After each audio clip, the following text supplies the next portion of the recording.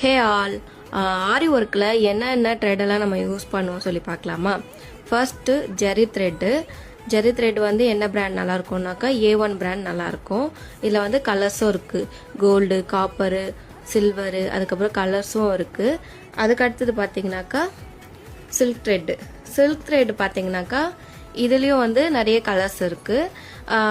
இது வந்து எப்படி யூஸ் பண்ணோன்னு பார்த்தீங்கன்னா, த்ரெட் வந்து சிங்கிளாக போடக்கூடாது, எப்பவுமே டபுளாக தான் போடணும். ஸோ நீங்கள் வாங்கும் போது ரெண்டாக வாங்கி, நிறைய ஒர்க் இருக்குனாக்கா 2 த்ரெட்டாக வாங்கி யூஸ் பண்ணிங்கனாக்கா உங்களுக்கு கம்ஃபர்டபுளாக இருக்கும்.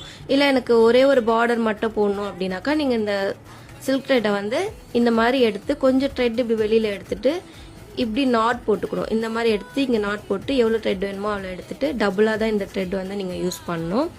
அடுத்தது என்ன த்ரெட்டுன்னு பார்த்தீங்கன்னாக்கா இந்த த்ரெட்டு நார்மலாக பீடுக்கெலாம் யூஸ் பண்ணுவோம்ல, ஸ்விங் த்ரெட்டு, இந்த த்ரெட்டு.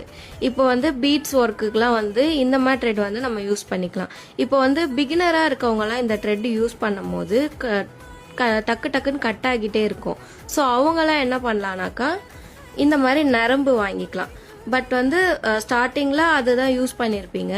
நீங்கள் ப்ளவுஸ் ஒர்க்லாம் போடும்போது வந்து இந்த மாதிரி நரம்பு வாங்கிக்கலாம். ஓகேங்களா?